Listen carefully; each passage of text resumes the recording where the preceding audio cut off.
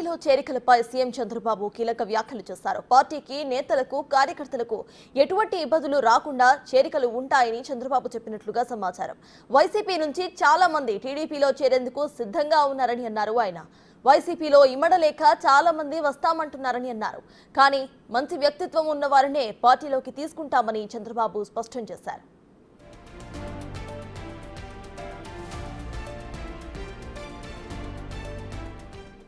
ముంబై నటి ఘటనలో అప్పటి పోలీసులు తీరు రాష్ట్ర ప్రతిష్టను మంటగలిపిందని చంద్రబాబు అన్నారు.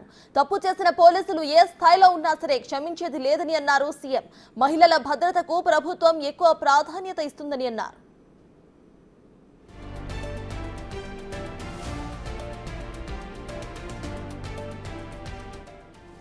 గుడ్లవల్లేరు కళాశాలపై ప్రచారం పట్ల అంతా భయాందోళనకు గురయ్యారని చంద్రబాబు అన్నారు.